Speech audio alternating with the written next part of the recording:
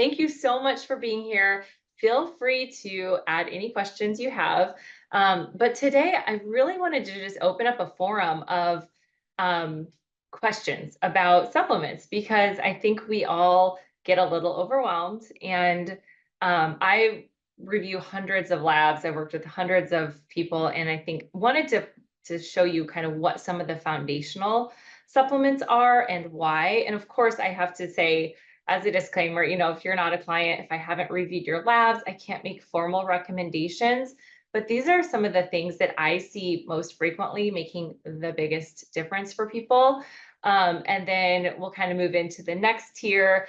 And I get questions all the time about certain products, and I'm a huge fan of if we can get it from food, all the better. But man, I feel like if you feel like Instagram or social media is listening to you and then retargeting you for ads down a rabbit hole, I can't tell you how many times people are like, "What about this product? What about this product?" And there's some great ones out there, absolutely, but we could spend endless time and money on on products that hopefully we can get from our diet, but also, if you're going to spend the money, get high quality supplements and, let's do the minimum. So the first thing that I would say, this first tier of supplements we're going to talk about are just the ones that I find that women benefit from kind of across the board is a medical grade electrolyte like Elite is my favorite by Body Bio, or B minerals. So the difference is, and this is maybe one of the questions I get the most often, is what about this electrolyte from the grocery store or an MLM? And I think there's a ton of great ones out there. The reason I'm specifically choosing these is because if we're taking them daily, at least once a day, we want it to be free of like the colors and the sugars and the fake sugars and the additives. And these are literally just minerals. And I think most of us are deficient in minerals. So we hear a lot about adrenal fatigue and stress, and it's just part of daily life, right?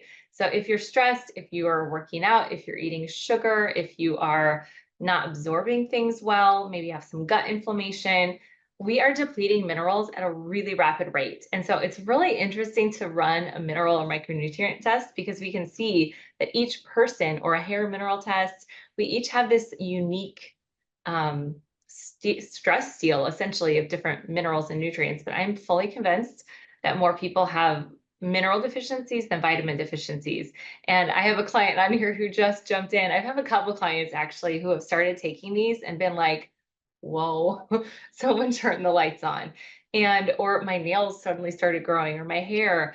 And it's like, the science part of me wants to figure out, well, which minerals were they depleted in? But at the end of the day, if we are giving our bodies the bare, like the bare foundational raw materials to produce enzymes, to keep our blood sugar stable, to keep our adrenals happy and healthy, to heal leaky gut. I mean, I usually put people on those for a couple months just to get them replete.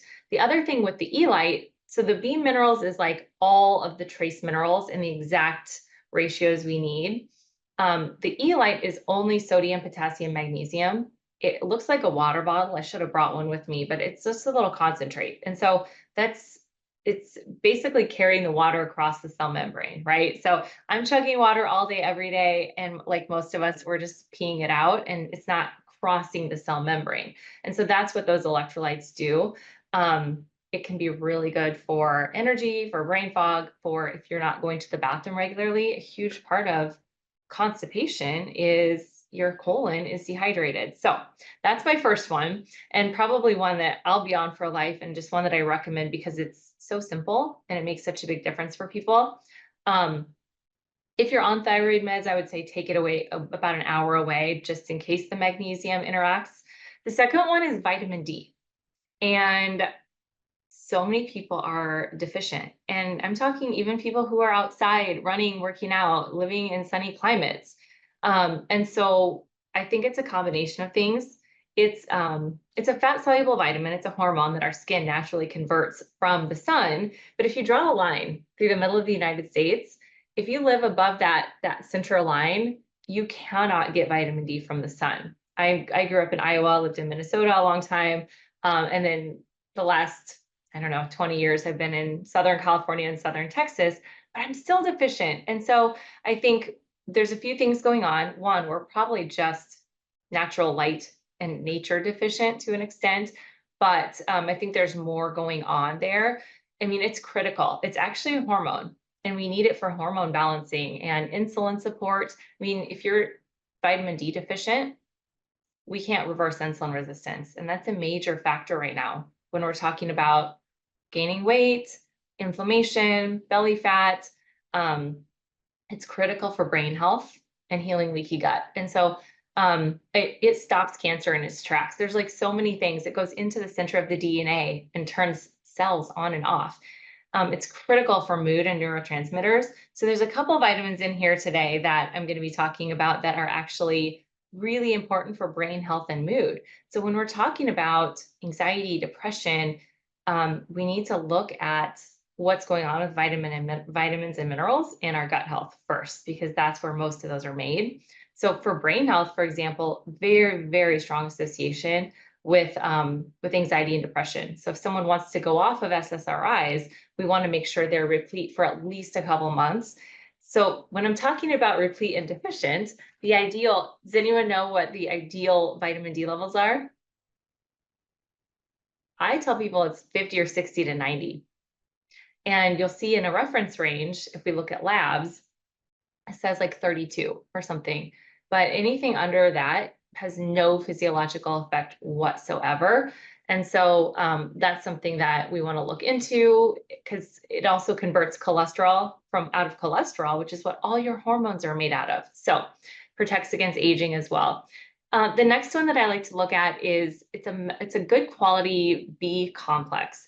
Ideally, a methylated B complex, because about 40% of us have what's called an MTHFR SNP, where we can't add a methyl group onto our B vitamins. So if you're just using cheap grocery store B vitamins, instead of going on to be utilized by your mitochondria for energy, it actually drives up inflammation, cardiovascular inflammation. It's called homocysteine. So that's something you can look at. As I mentioned in September, we'll go through labs in more detail. So print a copy if you have had labs done in the last few months to a year, and I'll go through. But one of the things you can look at, you can run B12 just to kind of get an idea. But MCV is another one that kind of gives a sense of what's called a B vitamin anemia, usually B6, 9, and 12. And then homocysteine is actually an inflammation marker, but it gives us a little bit of insight as to maybe if you are an MTHFR carrier. But B12 is another one that's critical for anxiety, depression, anything related to the central nervous system. And if it's low, unless you're a vegan or vegetarian, most likely you have low stomach acid, because it actually gets activated by your stomach acid, hydrochloric acid. So if you're low, ideally B12 is over 1,000, but I would say most women would do well to be on a really good quality methyl B complex for hormone balancing, for energy, carb metabolism, energy, inflammation, brain health, and all the things, even like the heart attack risk factor. So, and then B6 is another one that's interesting. So a few more people have been coming to me with leg cramps or Charlie horses or water retention, and B vitamins and minerals and electrolytes, and blood sugar. I would say those are the first things to rule out. The next, what I would call foundational supplement, is just a high quality omega-3 EPA DHA. So yes, you can get it from fish, from food. But I would say, I would challenge people to be eating cold water fatty fish about twice a month or twice a week, but also taking a high quality omega-3 EPA DHA. So this is one to not cut corners on. Don't buy grocery store brands. Don't get it at Costco or online or on Amazon, because the vast majority of omega-3 fats are rancid. They're damaged. They're stored improperly. They are put through this chemical process where it damages they're very easily damaged. It's the cell membrane, and all of our cells are made out of fat, right? So our brain is made out of fat, our gut lining, and it helps with inflammation. It's just one of the most well-studied nutritional supplements on inflammation and heart health and brain health and gut health. So I would say eat the fatty fish like wild salmon, and then the non-exciting, what I call the smash fish, wild salmon, mackerels, anchovies, sardines, and herring. Those are all great sources of protein and omega-3s and low in mercury. So look for, if you buy it, I like pure encapsulations, and I like, there's a brand called Jigsaw Health that makes a cod liver supplement that's great with omega-3s and vitamin D. And of course, get it through fish, get it through salmon roe is actually a very, very rich source. So if you're feeling like an adventurous eater, there's your challenge. The next one I would say that is very foundational is magnesium. It's a little bit tougher to test because you have to test red blood cell magnesium, but the vast majority of us are deficient. And that's another one of those minerals that is required for hundreds of systems and processes. It lowers cortisol. It's very calming. It's good for sleep, poop, mood, like all the important things, especially for women in perimenopause. I mean, it's needed for thyroid conversion, for stable blood sugar, for getting our muscles to contract, blood pressure. So we're electrical beings, right? So I'm always thinking minerals and electrolytes, things like magnesium that help with electrical conductivity and heart rate and tachycardia, where you get like a racing heart. That's one of the things that I always look at too. Body pain, migraines. There's so many things, pain perception that it has to do with. So up to 80% of us are deficient, and it's just, if we can't get it in our soil, if we eat sugar, if we're stressed, it's all getting depleted. And it's just one of those things that's super beneficial. So there's a lot of different forms out there. Some of my favorites are just, it's easy to come across a magnesium citrate.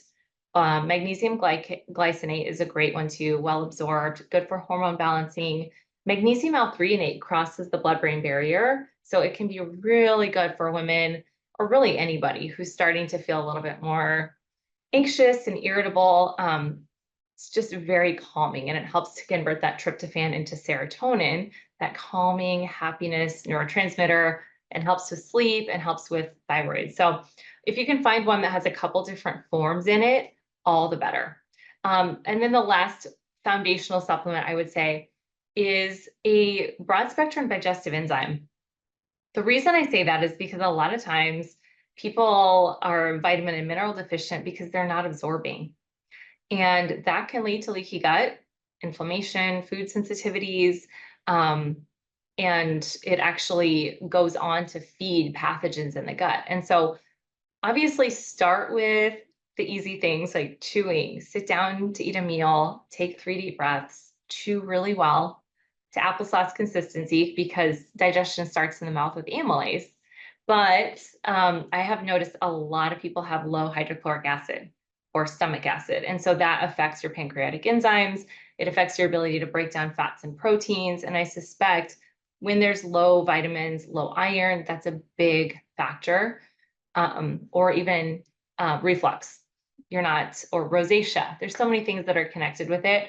We can see it in a comprehensive stool microbiome test under the digestive insufficiency, but in my experience, the vast majority of people do need some sort of digestive support. So like a betaine HCl or a broad spectrum enzymes like digestive. And then I just had somebody reach out. I had got an antioxidant nitric oxide powder, and is this a good one? And so honestly, so when I'm looking at it, honestly, I see sugar, antioxidants, most of the things that you can get from eating the rainbow, like the rainbow of polyphenol rich foods.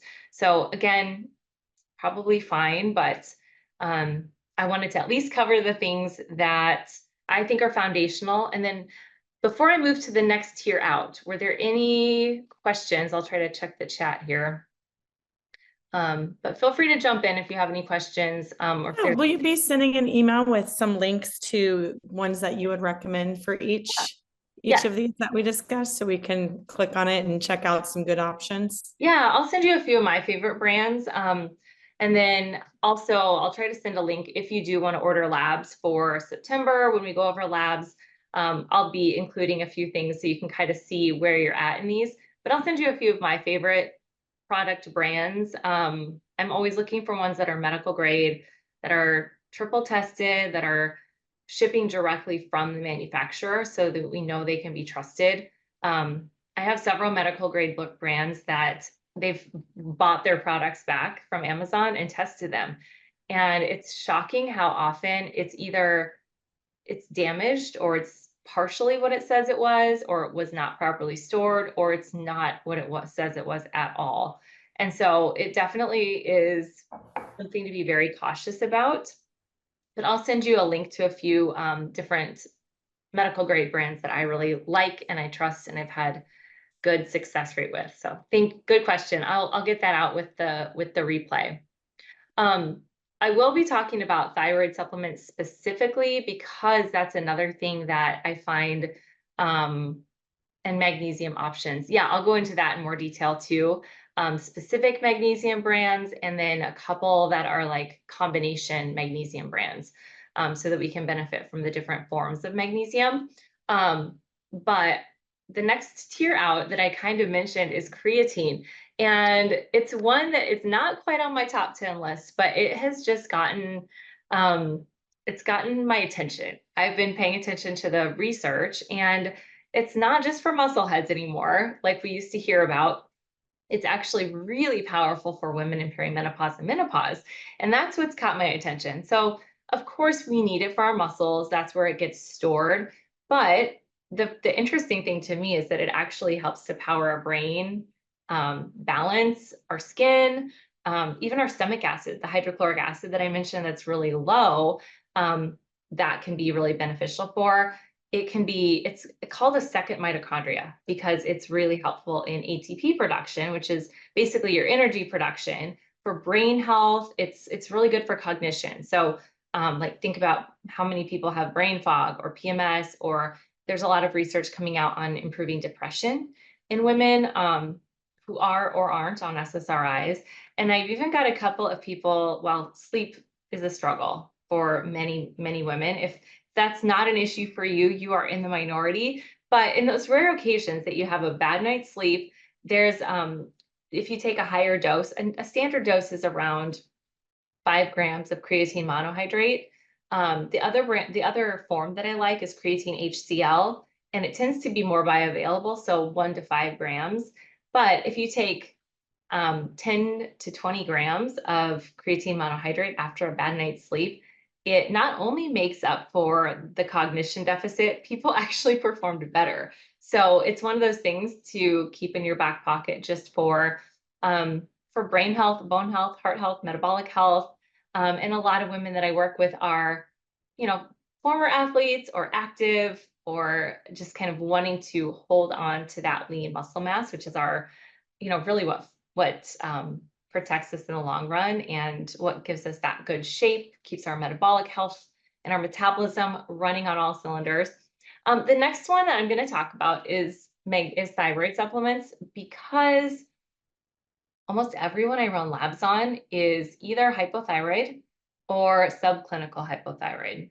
And for me, probably 15 years ago, that was one of my first symptoms that something wasn't right. And it was really like gut health, anxiety, not being able to go to the bathroom, fatigue, skin, all these things that were like, what is going on? I eat well, I'm an Iron Man. But thyroid is one of those things, and over 40, to put the icing on the cake, is we go through they're calling it thyropause, because our thyroid starts to become sluggish over 40. So add that to the list of hormones. There's a lot we can do. And the things that we're doing to support inflammation in our gut and our nutrients are really important, but specifically related to thyroid health. And I want to touch on this because it is the master metabolism hormone, right? It is one of the biggest drivers of anxiety. It is a big contributing factor to why women get heart disease between their loss of sex hormones and thyroid hormones.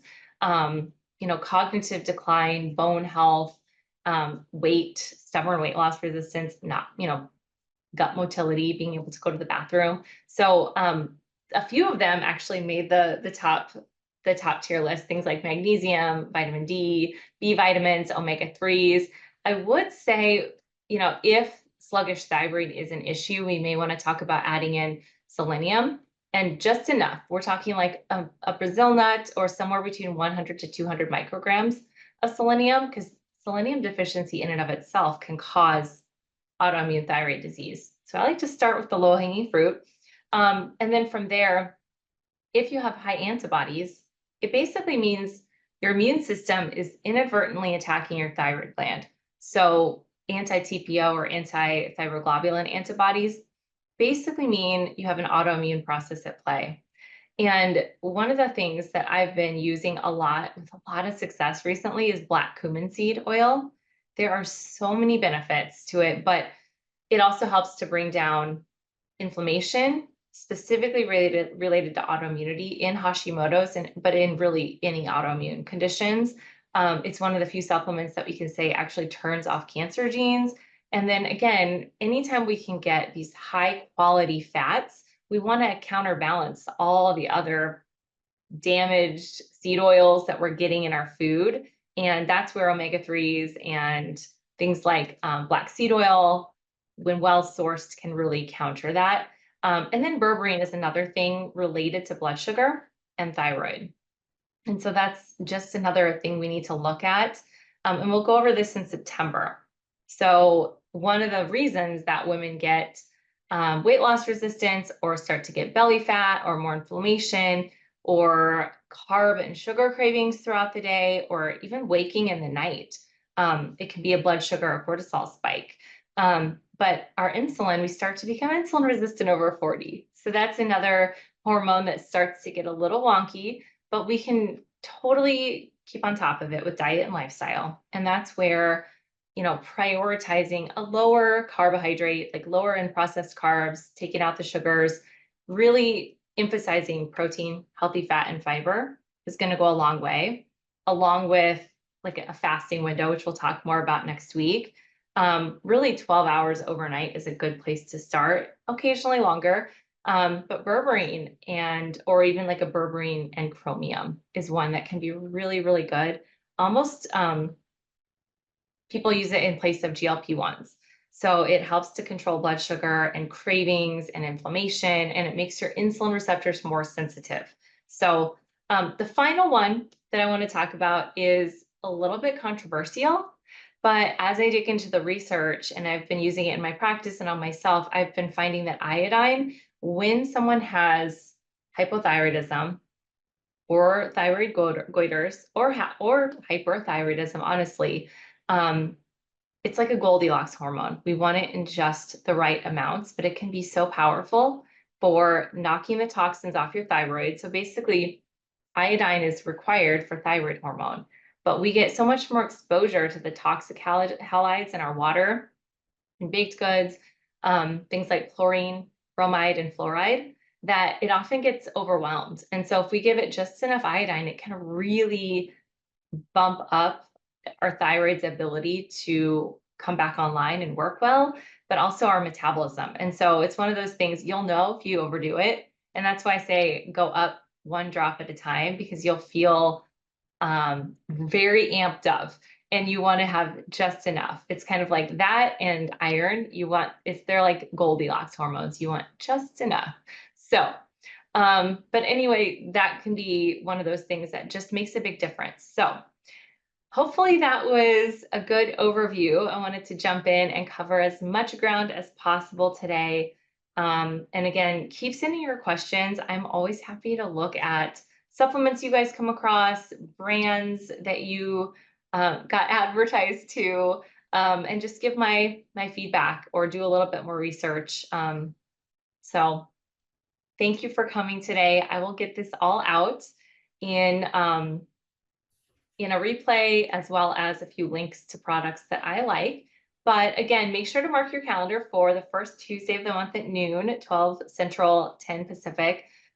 Next month, we're going over intermittent fasting. And then September is when we're doing a deeper dive on labs. So get a hold of your labs or get those ordered, or contact me at vibrantvia.com if you need help getting those. Thank you. Yes. Perfect. Thank you guys for taking your time today over your lunch hour, and I look forward to seeing you soon.